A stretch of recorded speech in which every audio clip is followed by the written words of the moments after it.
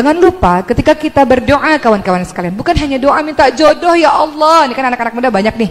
Doa ya Allah minta jodoh ya Allah. Kuliah lancar ya Allah. Anak-anak salih, salihah, kuliah lancar semua sehat. Jangan hanya berdoa perkara dunia, tapi juga ingat berdoa perkara akhirat kita teman-teman sekalian. Setelah dari padang mahsyar nanti kita semua akan masuk ke yaumul hisab, di mana semua anggota badan dan juga bumi ini bersaksi tentang apa yang kita lakukan. Jadi wahai diri, wahai kita yang pernah melakukan maksiat di tempat tersembunyi sekalipun, bumi akan bersaksi di hadapan Allah dan juga yang lainnya dibuka pada hari itu. Siapa sesungguhnya dirimu, akan diputar kembali film-filmmu yang pernah engkau lakukan di dunia. Ranjangmu tempat engkau berbuat dosa akan bersaksi di hadapan Allah tentang apa yang engkau lakukan.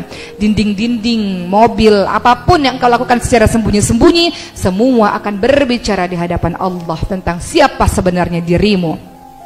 Di dunia kita terlihat sebagai orang yang baik, orang yang saleh, orang yang salihah, tetapi tidak bisa kita hindari yaumul hisab, di mana semuanya tanpa terkecuali akan berbicara di hadapan Allah siapa sesungguhnya diri ini.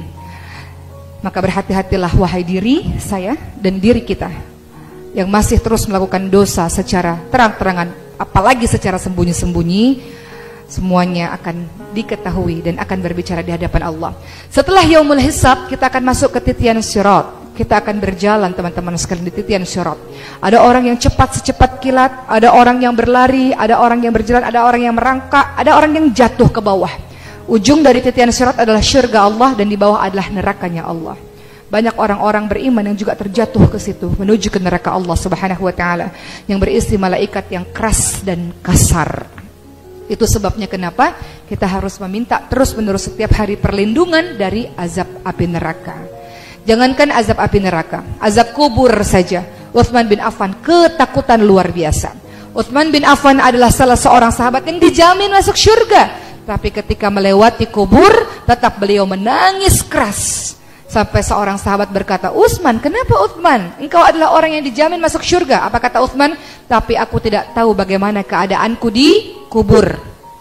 Aku tidak tahu bagaimana keadaanku di kubur. Walaupun dijamin masuk surga, tapi kubur ini tidak tahu. Karena di kubur juga ada azab teman-teman sekalian. Azab kubur. Bagi orang-orang yang durhaka kepada Allah, bagi orang-orang yang bermaksiat kepada Allah, sebelum masuk ke neraka, disiksa dulu di kubur. Azab kubur. Diremuk-remukkan tulangnya di azab kubur tersebut. Gelap kuburnya, sempit kuburnya, mulai terlihat suasana neraka di kubur tersebut teman-teman sekalian. Jadi itu sebabnya kenapa kalau kita ingin mendapatkan pertolongan dari Allah, jangan lupa dalam hari-hari berdoa agar dihindarkan dari azab kubur. Teman-teman sekalian, biasanya teman-teman senantiasa berdoa ketika sholat.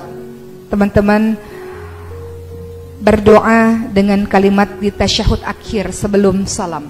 Apa yang teman-teman baca biasanya? Allahumma inni a'udzubika min 'adzabil qabr wa min 'adzabi jahannam wa min fitnatil mahya wal mamat wa min syarri fitnatil masiihid dajjal. Doa itu yang artinya adalah sesungguhnya aku berlindung kepadamu ya Allah dari siksa kubur. Aku berlindung kepadamu dari siksa neraka jahannam, dari fitnah kehidupan. Siapa yang pernah difitnah? Enak gak rasanya? Maka minta sama Allah agar terhindar dari fitnah kehidupan dan juga fitnah setelah mati, serta dari kejahatan fitnah Dajjal. Jadi itu doa yang penting, karena nggak ada yang bisa menjamin diri kita teman-teman sekalian. Berkaitan dengan fitnah misalnya, sebaik apapun engkau, mungkin saja terkena ujian fitnah. Kenapa? Kita ini kan hanya serpihan rengginang lah kalau kita bandingkan dengan Aisyah radhiyallahu anha. Aisyah siapa? Istrinya yang paling dicintai oleh Rasul, juga difitnah. Difitnahnya apa? Selingkuh. Padahal istri yang solihah luar biasa. Ummul Mukminin, ibunya orang-orang beriman, masih juga difitnah.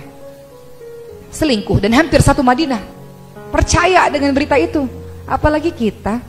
Kalau ada di antara kita teman-teman sekalian mendapatkan ujian fitnah, makanya baca doa ini supaya dihindarkan oleh Allah dari fitnah dunia dan juga fitnah akhirat.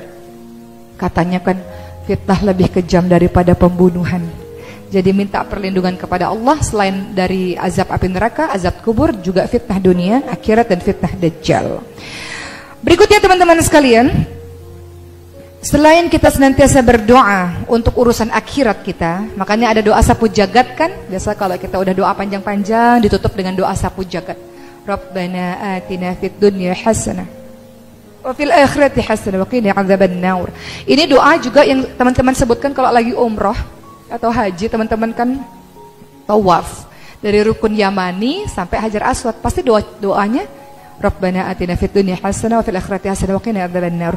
Karena kita tidak hanya berdoa untuk urusan dunia, tapi juga urusan akhirat.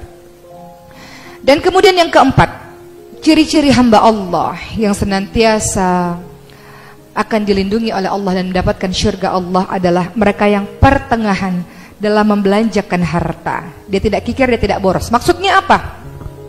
Pertengahan dalam belanja, tidak pelit dan tidak boros. Berarti kalau sedekah nggak boleh semuanya dong, itu kan namanya boros. Bukan. Yang dimaksud ayat ini adalah engkau membelanjakan harta untuk dirimu sendiri berlebih-lebihan, namanya boros. Tapi tidak ada boros dalam sedekah di jalan Allah Subhanahu wa taala. Engkau mampu memiliki berlian yang sangat banyak, tas branded yang sangat luar biasa, rumah lebih dari satu, mobil mewah, tapi sedekahmu sedikit, malu di hadapan Allah. Allah bagi kenikmatan luar biasa kepadamu, Allah angkat derajatmu, tapi engkau menolong hamba Allah lainnya dengan pelit, kikir, kedekut, bakhil, dan teman-temannya itu. Bagaimana mungkin kau bisa meminta kepada Allah, ya Allah permintaanmu banyak, tapi untuk menolong agama Allah engkau kikir, pelit.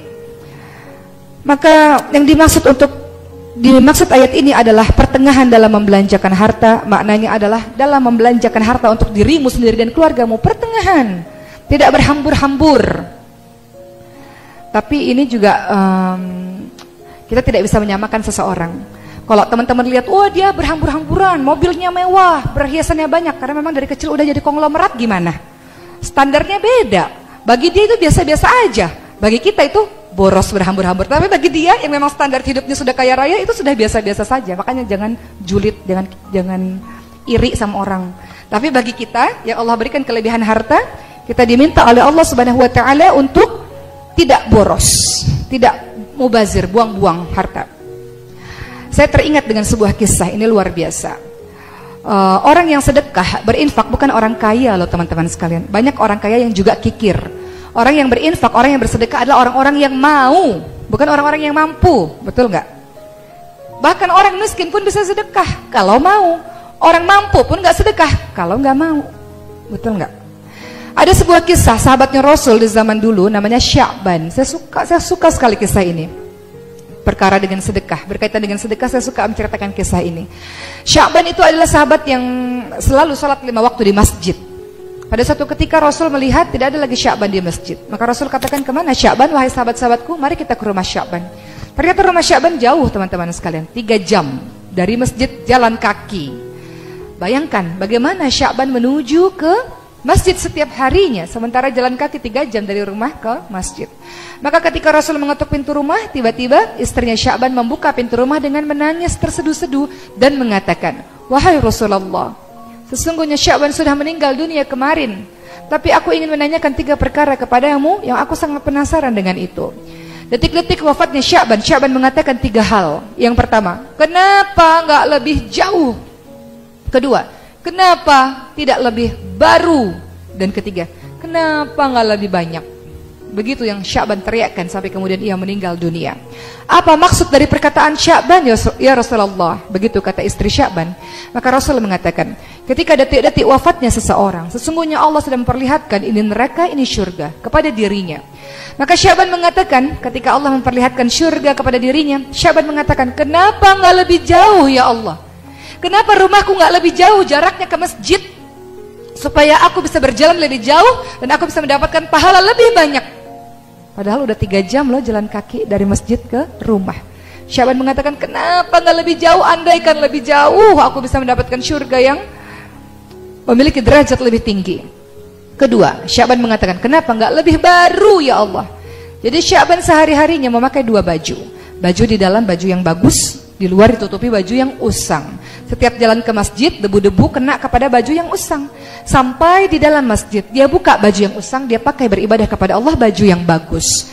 Di tengah perjalanan pulang ke rumah, biasanya banyak pengemis dengan baju compang-camping. Sya'ban memberikan baju bagusnya itu untuk para pengemis, dan Sya'ban memakai baju yang usang. Maka Sya'ban mengatakan, kenapa sih waktu aku hidup gak kasih baju yang lebih baru, yang lebih bagus? Kenapa sih sedekahku tuh gak lebih yang hebat, yang terbaik? Sya'ban merasa baju bagusnya itu harusnya bisa kasih yang lebih bagus lagi. Padahal Sya'ban orang fakir, orang miskin juga. Dia menyesal. Sudah sedekah tapi menyesal. Kenapa ya gak lebih baru? Kenapa ya gak kasih yang lebih bagus? Dan yang ketiga, wah cepet banget perasaan ceramah. 5 menit lagi. Kayaknya salah mungkin Mbak. Kemudian yang ketiga, Sya'ban mengatakan, kenapa nggak lebih banyak? Karena hari-hari Sya'ban itu membawa roti untuk dia makan. Namun setiap di tengah perjalanan, setengah roti dia berikan untuk fakir miskin, setengahnya dia makan sendiri. Maka Sya'ban mengatakan, kenapa sih nggak lebih banyak sedekahnya waktu aku hidup? Menyesal dia. Padahal masih ada sisa roti dan aku masih bisa bertahan dengan roti yang mungkin 1/3 kah atau 1/4 kah. Kenapa aku cuma kasih setengah? Jadi Sya'ban sangat menyesal dengan sedekah yang dia berikan, teman-teman sekalian. Merasa belum maksimal dengan sedekahnya. Maka begitulah penyesalan orang-orang yang kemudian kembali kepada Allah. Teman-teman perhatikan surah Al-Munafiqun ayat 10. Wa anfiqu mimma razaqnakum min qabli ayati ahadakumul maut fayaqul rabbi laula akhartani ila ajalin qarib fasaddaq wa akum minas shalihin. Orang-orang yang mati itu, teman-teman sekalian, dalam surah Al-Munafiqun ayat 10, minta sama Allah, ya Allah, kenapa sih gak tunda kematian saya dikit lagi ya Allah, supaya saya bisa sedekah ya Allah. Perhatikan dan tadaburi ayat tersebut supaya kita termotivasi untuk terus setiap harinya bersedekah di jalan Allah. Karena orang-orang yang mati minta sama Allah, tunda kematian saya ya Allah supaya saya bisa sedekah. Yang dia minta sedekah loh teman-teman sekalian. Dia bukan minta pergi haji, dia nggak minta sholat, dia minta supaya saya bisa sedekah ya Allah. Karena sedekah atau infak adalah hal yang paling mudah, gampang, betul? Sedekah itu nggak harus ada uang 1 miliar kok harus sedekah, nggak harus ada uang 1 juta sedekah, berapapun yang kita mampu. Barang apapun yang kita miliki, yang kita bisa memberikan manfaat kepada orang, sedekah, berbuat kebaikan kepada siapa saja. Jadi untuk menjadi hamba Allah yang ditolong oleh Allah dan dimasukkan oleh Allah ke syurga Allah adalah tolong hamba Allah lain. Berinfak kepada sesama manusia, maka Allah akan berinfak kepadamu. Begitu kan bunyi hadisnya? Berinfaklah dan Allah akan berinfak kepadamu. Teman-teman tahu, saya juga selalu ceritakan kisah ini. Saya punya rumah Quran gratis yang nantinya akan ada penggalangan dana di akhir ini untuk rumah Quran tersebut. Ini adalah kisah untuk menceritakan, bukan bagian dari riya, tapi ini cerita bagaimana pertolongan Allah yang sangat luar biasa. Rumah Quran ini berdiri sudah 3 tahun. 2 tahun pertama memang dari keluarga kami pribadi. Baru setelah menginjak 2 tahun ke atas, karena santri sudah semakin banyak, ada sekitar 200 orang, maka dibukalah donatur dan para jemaah yang ingin menyumbang untuk para penghafal Al-Quran. Bagaimana cara Allah mengganti harta saya, teman-teman sekalian? Anak saya masukkan ke sekolah hafalan Quran dari umur 2 tahun. Tahfiz Quran International Tahfiz School. Dengan biaya yang sangat tinggi tentu saja. Dan karena sibuk dakwah, saya lupa bayar uang sekolah. Contoh yang sangat tidak baik. Dan ketika bagi rapot, saya tanyakan kepada TU-nya, berapa puluh juta yang harus saya bayar untuk 2 orang anak ini? Kenapa sih saya nggak pernah dikasih selebaran surat apa kayak gitu untuk ingetin saya suruh bayar sekolah? Karena nggak pernah dapat peringatan untuk bayar sekolah. Apa katanya? Memang tidak akan pernah Ibu Oki mendapatkannya, karena anak-anak Ibu Oki dari PAUD semua anak-anak, anak ke-1 ke, 2 ke, 3 ke, 4, 5, 6, 7 dan seterusnya. Dia sudah bisa prediksi saya mau punya anak banyak soalnya, jadi dia bilang begitu mungkin. Jadi beliau bilang dari PAUD sampai SMA gratis, tidak bayar sama sekali. Bagaimana cara Allah mengganti harta, teman-teman sekalian? Kita buang harta kita di tempat lain, Allah kasih harta kita dikembalikan lagi. Begitulah. Jadi jangan takut miskin, jangan takut kehilangan harta dengan bersedekah. Terlalu banyak di dalam Al-Quran ayat-ayat yang Allah sendiri janjikan Allah akan lipat gandakan harta-harta orang-orang yang bersedekah. Teman-teman perhatikan surah Al-Baqarah 261. Itu pun janji Allah bagi orang yang bersedekah, Allah lipatkan ganda hartanya.